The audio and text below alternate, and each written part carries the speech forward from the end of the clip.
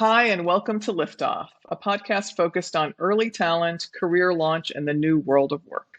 My name is Saima Siddiqui, and I'm the co-founder and CEO of gradGREENHOUSE. I'm really pleased to be joined in conversation today by Katy Montgomery, the Associate Dean of Degree Programs at INSEAD. Welcome, Katy. Thank you so much for having me. I'm excited about your podcast and for chatting today. Oh, thank you. We are as well. So Katy, I was, checking you out online. We've known each other for a long time, but of course I had to do some sleuthing. And you're described as one of the most powerful women in higher ed, a fearless problem solver, an exceptional and adaptable leader, all of which I can concur with all of those. But you've had a really rich and continue to have a really rich and varied career. I would love for us to start off with your story and hear about your journey. Definitely. Well, I always tell people I'm the oldest of four children, and I do believe in birth order. So I think at the very beginning, I wanted to be a leader. I led naturally. I led my siblings all around the neighborhood. And all through kind of my education, I was always told I was a big talker, that I liked to argue. And so the natural place to go was law school. And I absolutely loved it. I think it really taught me how to think, to advocate, how to write, to argue for a position. And I practiced law for a few years, but really found that it wasn't a good fit for me. So for the first time in my life, as I was approaching my 30s, I decided to step away from a career that I had been told since I was 5 years old that I was going to be. Yeah, was the perfect fit. Yeah, and I think it was really being kind of open at that and being able to step away from, kind of what you had committed to, the work you had put in, and really being able to think about what makes you happy, what gives you passion. And what was some of the things that sort of gave you, because that's very courageous to take that step. I mean, since you were 5, and also you just committed to a lot of education, going through, moving up the ranks. So what was it that really made you understand that wasn't a good fit? I think that I started looking back and thinking about when was I, really energized, really engaged, challenged, yet doing what naturally I was good at. And I thought back to things like being student body president in college and being a legal research and writing fellow in law school. I thought about, I'd even worked in retail a lot of summers. And so I thought it was really having a lot of face-to-face engagement with people, being able to problem solve in the moment. I liked this idea of education and teaching. I liked the idea of the impact. And I thought about that not just in the traditional way of teaching students, but coaching others and managing others. And so I started thinking about what I really liked, and I decided the only way to really do that was to take a break from the law. And I just kind of just threw my hat in the ring and just dove into the deep end and decided to go to China, where I worked teaching. The obvious choice. Yeah, exactly. And teaching a law class and working with a group of professors who were preparing for a secondment to Canada. And I think it took me back to my roots of teaching, of creating curriculum, of being in an educational institution. And when I got back to the United States, it was the first time in my life I was turning 30 and I had to actually look for a job. Up until then, you just kind of fell into it. Your school provided the resources. And that's how I found my way back to my alma mater and started to work back in education as a career coach at Georgetown Law. And I fell in love with it. I loved working with students. I loved the diversity of students. I loved creating programs. I loved coaching. I loved talking to employers and seeing what the market was doing and then how to adjust in terms of coaching and facilitating programs, and really, really loved it and have been basically in the education sector ever since. Amazing that evolution. You talked about choosing to go to China. I mean, that was an interesting choice, right? You probably could have found something closer to home, doing some sort of, teaching kind Right. of model. And, since then you've had this very global career. You work with folks all over the world. There's a lot of talk nowadays about diversity and the value of diversity and how diverse teams are better teams, more effective teams. Can you really speak to the value of diversity that you've seen through your experience and currently in your role at INSEAD? What does diversity really add? What is the value? Well, I think first of all, from a personal perspective, um, at 47, I never thought my brain would be so on fire. And Mm, it adds a whole nother complexity. And it's a real stretch because you're not just presenting or teaching to kind of one or two nationalities. You're really having to learn how to connect across, many nationalities. So it takes, I think, another level of thought and some nuance. So I think it's that. I think it keeps you very humble. So I think, first of all, we are very proud of where we come from. But if we're not exposed to other countries and other ways of thought, sometimes we tend to be fairly, you know, single-minded about that and not able to open it up. I think also the biggest thing, and I think the world needs it more than ever. When I introduce the MBA students and welcome them on campus, I show the cover of Time magazine from the last year. And it's crazy to see what has happened in the last year.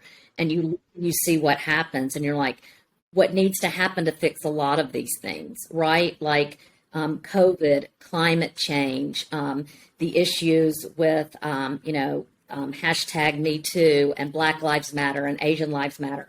What's not going to bring us together is our differences and focusing on how one way is better than the other. It's really understanding that somebody could be seeing the exact same thing you're seeing and interpreting it a completely different way. And I think if you're not exposed to that, you'll never have that revelation nor that openness to accept that. And I think it's especially important for business and as business grows, but I think it's also really, really important as a way to make the world a better place. hmm. And how have you, I mean, with your teams, I mean, you have you have Dubai, right? You have or Abu Dhabi. Abu So Dhabi. Abu Dhabi, you have Fontainebleau, and then you have here.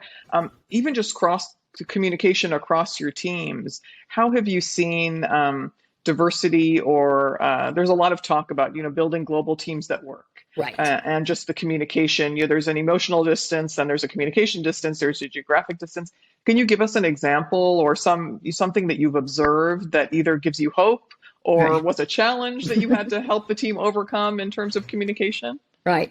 Well, and I also wanted to mention we've got a brand new innovation hub in San Francisco. So Oh, we now that's have a right. fourth location. Wow. And I think what's really interesting is that, our employees based in Fontainebleau are not all French, right? So even within each of our locations, the staff and the students are very diverse.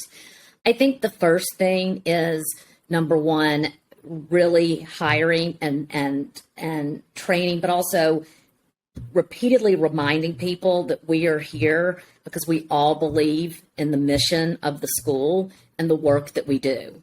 And that is transforming students who will transform business, who will transform the world. And I think it's coming back to that basic principle of what brings us together and why we do the work we do.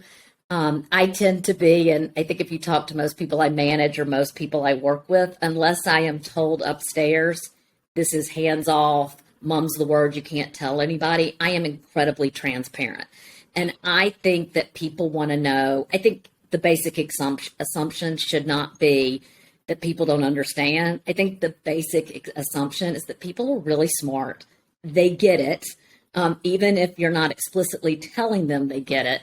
And so for me, it's being as transparent as I can and I'm allowed to be, and then always explaining the why. So why are we doing this? And what I have found is that most people, if they understand why, it's important. I also think when we're making a decision, I really also believe in two things: fair process. I think, people will usually commit to the end decision if they are able to participate and give input. And Hmm. then the second piece is really creating a psychologically safe space. You can disagree with the boss. You can say you don't know. You can make a mistake and not fear wrath of the boss. And so I think Hmm. those are a few things we've really tried to implement within the team in order to keep that communication. And although we're very different, to make sure that we're on the same page. Hmm. So how have you, I mean, that leads me into another thing I was going to ask you about was, leading this global team. I believe it was like 170, 180 people dispersed with COVID restrictions, travel restrictions. You probably have new team members who have never met each other, who have never met you. How have you talk about psychological safety, which is really important, but Mhm. and it can be harder or easier via Zoom. It Right. can be on Zoom, people can choose to just be passive and be disagreeing with you inside, but Right. be like, I'll be done with this in 45 minutes. I'm going to just not say anything. Or it could be a place where, we're all equal sized boxes. Yes. So, the hierarchy's gone. So maybe, somebody who wouldn't have spoken up before feels like they can now. So how have you encouraged that? And how do you encourage your managers to encourage that? Because it's really something that has to be actively monitored and Right. supported every day, right? Right. Well, the first thing that I want to say is that the global directors at INSEAD and the degree programs department are really amazing people. I think they are natural leaders, but also they are coaches. They care about their team members. You've seen a lot of those people grow within the organization, and I think they have a real commitment to see others do the same. And so give a lot of credit to them of spending time and reinforcing that message that, it's okay to fail. It's okay to try. It's okay to disagree. It's okay to say you don't know. I do have a ritual. I write a Friday email every Friday to the entire team. And it could be based on a quote or a picture I saw or a movie I saw. And I try to be very honest and authentic and vulnerable. So sometimes they say I'm tired, and sometimes they say I'm frustrated. And, sometimes I say I miss home. And I think I'm a true believer in we work a lot and you should bring your real self to work. And I'm someone who people have told me it's something I'm always working on, are my boundaries. But, I want to like the people I work with, and I want to spend time with the people I work with outside of work hours. And I really don't want to have to, put on a different face when I go. We also do Friday wellness posts. So every Friday in MS Teams, I'm posting about anxiety or boundaries or, what you may see on the outside is what people might not be on the inside. So I'm trying to create a culture of you don't have to be perfect. That's really exceptional, Katie. I have to say, that Thanks. sounds beautiful because I feel like people do feel alone. Like we all feel alone. And one of the things that I think I've mentioned that I have a college age daughter, and so I've Mhm. watched her peers and her graduate and sort of work from their bedrooms for their Yeah. first job. And I'm worried about them feeling connected to their employers. I'm worried about them having these rituals and things that make them feel like they're part of a community, because otherwise they can just drift off. It's a very tenuous relationship, right? And Yeah. so what you've created, it sounds like, is it's a home. People feel like they can be their whole selves, and you're sharing in such an authentic way. And that clearly is cascading down. And as you said, you have many team members who have that same mindset. So that's really, really beautiful and Thank inspiring. you. And and Yeah, I want that to, sounds. give credit. I have a friend, Nikki Sparshot. She is the CEO for Unilever New Zealand and Australia, and also the CEO for T2. And she said the other day to me, care and compassion are the new corporate currency. And Mm, it's really interesting because if you talk to 10 people who work in business, I think people that would still be the minority view, but I think your daughter's age, I think people coming through, I think they want to be themselves at work. They want to have flexibility. They want to be trusted. They want to have that diversity. And I do think there's a way to bring the emotional to work mhm. that later results in the kind of deliverables and outcomes you want. And I don't think, they have to be, distinct. I think they're very much intertwined.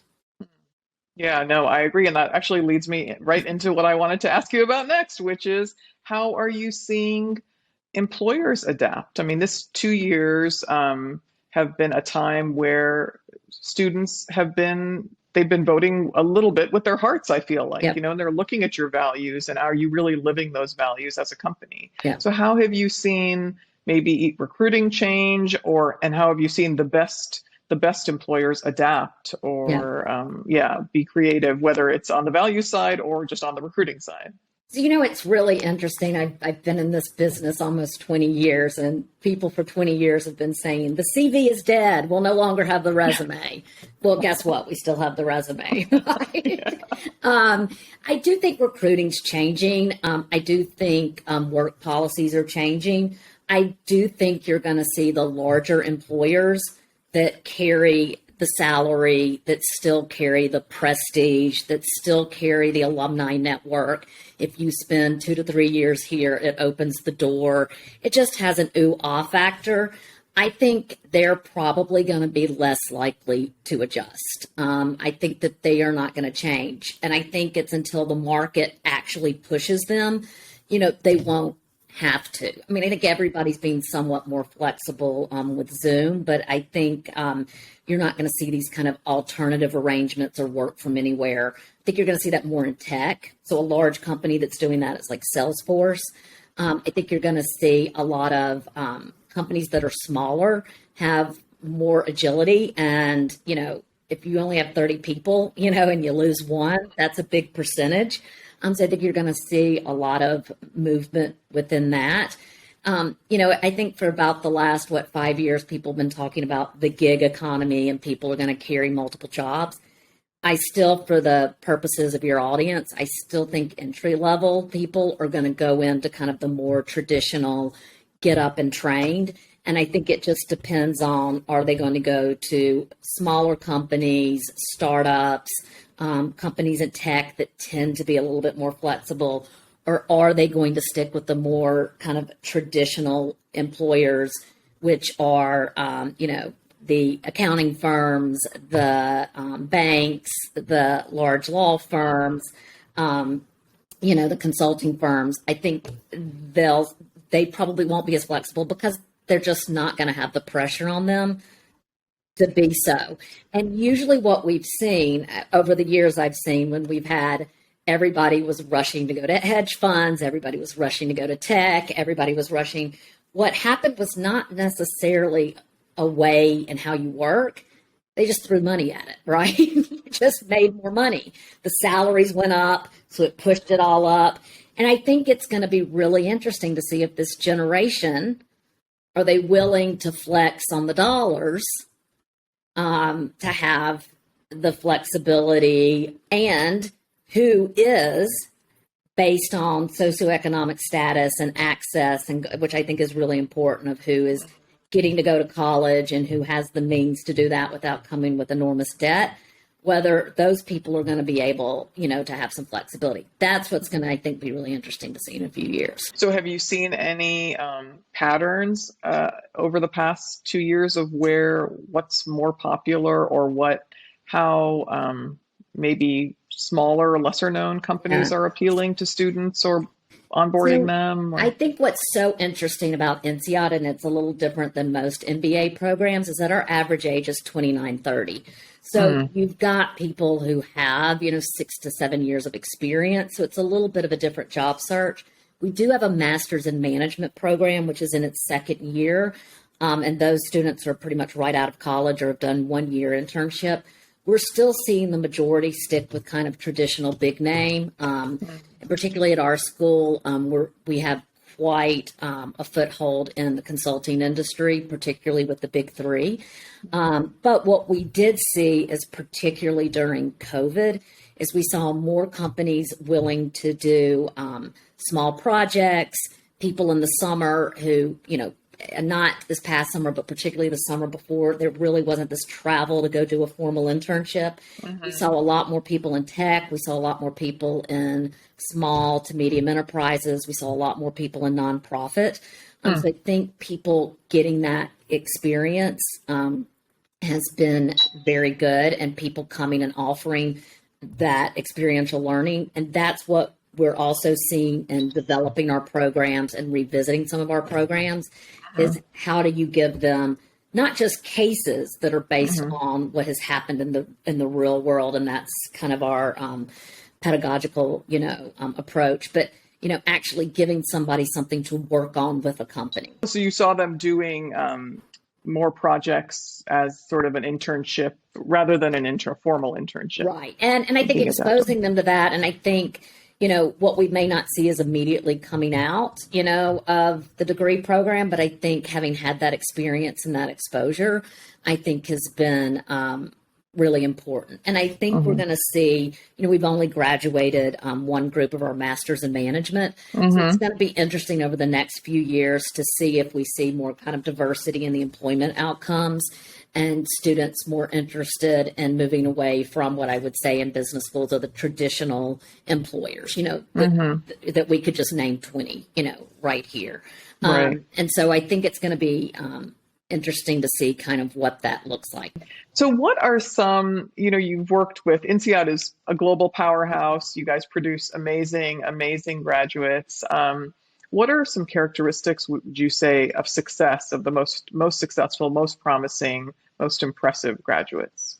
I think the first thing which our INSEAD students do really, really well is the ability to handle ambiguity. So for example, in our MBA program, most of them are traveling to a country that they are not from, and some have never visited. And 75% of our students do what's called a campus exchange. So within 4 months, they're packing up and moving somewhere else. And so I think being able to be flexible, to not know what to expect, that you cannot plan everything, I think that allows you to respond quickly, to pivot, as the world changes. I see that to be very, very important. So important in the world of work. I mean, most of work is ambiguous, right? Everything's ambiguous, and they're very, very comfortable with it. And, I don't want to use the word extroversion or introversion because I there's no preference, right? And so I don't want people to get lost in kind of those terms. But I think really being able to work with people, to be open to people, to be able to have discussions, to be able to, really be empathetic and open up and have conversations and be a real member of an organization. And I think, through my experience in higher education, I've never seen a group that is so emotionally intelligent and well suited in terms of relationship building and having that connection to people. I think people are our greatest asset. And I think that's a real skill that we need to have in our future leaders. And I think last but not least, just being intellectually curious. I still today, I did the New York Times crossword puzzle and I was like, I've never heard of that word in my life. And so I Googled it, and I was like, oh, that's interesting. And so I think it's just this quest for learning, for knowing. I think just being intellectually curious and a lifelong learner is incredibly important. That is so, and I mean, clearly there's some self-selection because they're choosing a program that has this movement, that has this diversity, but I'm sure it's just the microcosm of the education itself. And every group project, you probably have 5 different nationalities in your group. And you have to figure out, right, how to get it done, how to excel, and how to communicate clearly. And so they're getting that training really intensely, immersively during their education. And that probably serves them incredibly well in the workforce. Yes. So as we close, I would love, a piece of advice for early career for people. The name of the podcast is Liftoff. It's really about career launch. Yes. And so, one piece of guidance from your own experience or from, successful grads you've seen or successful colleagues that you would leave us with for early career launchers or people just starting out. So this is something that I've recently learned in the last year or two, and I've really been trying to hone this skill. And I learned it as part of the Executive Masters in Change program at INSEAD.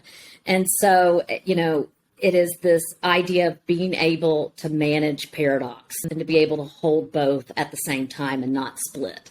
So the example is, and I think this is particularly helpful in a job search, right? So if you get 3 rejections, if you were splitting, you would be like, no one wants me. I can never get a job, but you should be able to hold at the same time on even footing, this is frustrating, but I'm learning or I'm growing. Or the example I give is like in any organization, it's kind of like, screw the patriarchy. And at the same time, there's goodness and light and we're making a difference, right? And I think if you can hold both, it reduces frustration. I think it reduces a lot of extra fraught and anxiety. And it's something you have to really kind of focus on. But I find it something, it's very easy to split. It's a defense mechanism that's very easy to do. And I think early in your career, it's trying to get out of that. Not everything is black and white. And there are very few people, systems, or organizations in this world that are 100% evil or 100%, perfect. Yeah. And so how do you kind of manage? And then within that, what's your value system when you're like, wait a second, I can no longer, it's no longer a good fit. I think that's something it's not an exact tip when you're looking for a job, but I think it's a philosophy that may guide people through.